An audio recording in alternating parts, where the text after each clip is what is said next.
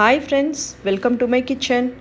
இந்த வீடியோவில் ஒரு ஹெல்த்தியான ஸ்நாக் ரெசிபி முறுக்கு செஞ்சு காமிக்க போகிறேன்.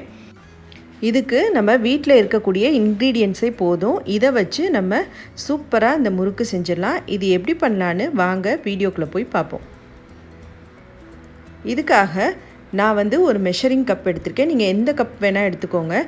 நான் இந்த கப்பில் 2 கப் அளவு அரிசி மாவு சேர்க்க போகிறேன். இது நம்ம வீட்டில் இருக்கக்கூடிய அரிசி மாவு எடுத்துக்கிட்டாலும் சரி, இல்லை நம்ம கடையில் வாங்கக்கூடிய இடியாப்ப மாவாக இருந்தாலும் பரவாயில்ல. அதில் 2 கப் எடுத்துக்கோங்க. இதே சேம் கப்பில் பொட்டுக்கடலை 1 கப். நீங்கள் 1 கப் பொட்டுக்கடலை எடுத்து மிக்சியில் நல்லா ஃபைன் பவுடரை அரைச்சிக்கோங்க. 1 கப் எடுக்கிறப்ப நமக்கு அதே சேம் 1 கப் பவுடர் நமக்கு கிடச்சிடும். ஸோ 2 கப்புக்கு 1 கப். ஸோ இதை அரைச்சி எடுத்துகிட்டு வந்தாச்சு. இதையும் இந்த அரிசி மாவோடு நம்ம சேர்த்துடலாம்.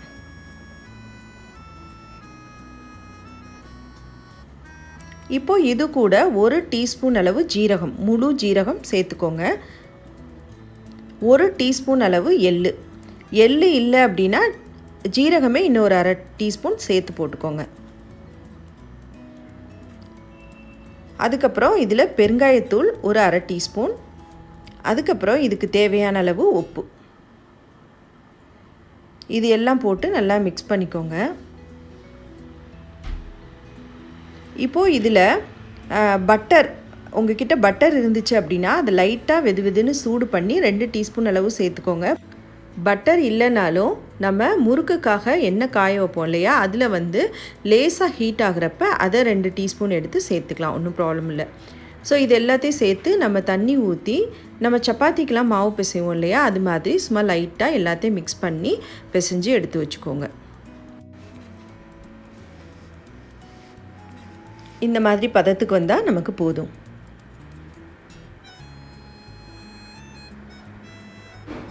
ஸோ இதுக்கப்புறம் நம்ம வீட்டில் முறுக்கு உரல் இருக்கும், இடியாப்ப உரல் இருக்கும். ஸோ அதில் பார்த்திங்கன்னா இந்த மாதிரி 3 ஹோல் உள்ள இதை நீங்கள் எடுத்துக்கோங்க. இப்போது நம்ம கொலக்கட்டை அளவு சைஸ் நம்ம பிடிச்சிக்கலாம். பிடிச்சி இந்த முறுக்கு மாவை இதில் வச்சு ஜஸ்ட் நம்ம முறுக்கு எடுக்க போகிற அந்த சேம் கரண்டிலே நம்ம முறுக்கை புழிஞ்சிக்கலாம். இந்த மாதிரி புழிஞ்சு ஃபைனலாக வர்றதை ஜஸ்ட் இதோட சேர்த்து ப்ரெஸ் பண்ணிக்கோங்க. இல்லைனா முறுக்கு உங்களுக்கு உடஞ்சிரும். ஸோ அதுக்காக இப்போது ஆயில் ஹீட் ஆயிடுச்சா அப்படின்றத செக் பண்ணிடலாம். ஓகே, இப்போது நம்ம இந்த ஸ்டேஜில் இந்த முறுக்கை போட்டுடலாம். ஸோ அவ்வளோவே தான், ரொம்ப சிம்பிள். இதே மாதிரியே நீங்கள் இதே சேம் கரண்டியிலே இந்த மாதிரி புழிஞ்சு நம்ம போட்டு எடுத்துடலாம். அப்போது கரண்டியில் போடுறது உங்களுக்கு சிரமமாக இருந்தது அப்படின்னா இந்த மாதிரி பிளேட் இருக்கும். ஸோ இந்த மாதிரி ஒரு 3 பிளேட் எடுத்து வச்சுக்கோங்க. அதில் நீங்கள் ரெடி பண்ணி வச்சுக்கிட்டீங்க அப்படின்னா நம்ம ஈஸியாக போட்டு எடுத்துடலாம். இது ரொம்பவுமே ஈஸி. அவ்வளோவே தான். ஸோ இதே நம்ம போட்டுடலாம். இதுக்கு ஜஸ்ட்டு ஒரு 3 மினிட்ஸ் தான் ஆகும். நம்ம முன்னாடியும் பின்னாடியும் பெரட்டி விட்டு ஜஸ்ட்டு 3 மினிட்ஸில் இந்த முறுக்கு இதுக்கு 3 முறுக்கு போட்டு நம்ம எடுத்துடலாம். ரொம்பவே ஈஸி அண்ட் ரொம்ப சிம்பிள்.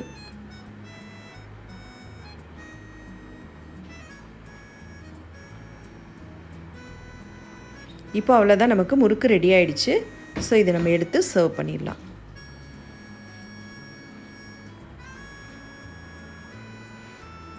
இதே மாதிரி எல்லா முறுக்கையும் போட்டு நீங்கள் எடுத்துருங்க. ஜஸ்ட் ஒரு 1/2 அன் ஹவர் தான் நமக்கு ஆகும். ஸோ ஒரு ஹெல்த்தியான ஸ்நாக் நம்ம வீட்டிலே நம்ம குழந்தைங்களுக்கு செஞ்சு கொடுக்கலாம். இப்போ நம்ம செக் பண்ணிடலாம். பாருங்கள், ரொம்ப சூப்பராக வந்திருக்கு. இதை டேஸ்ட் பார்த்துடலாம்.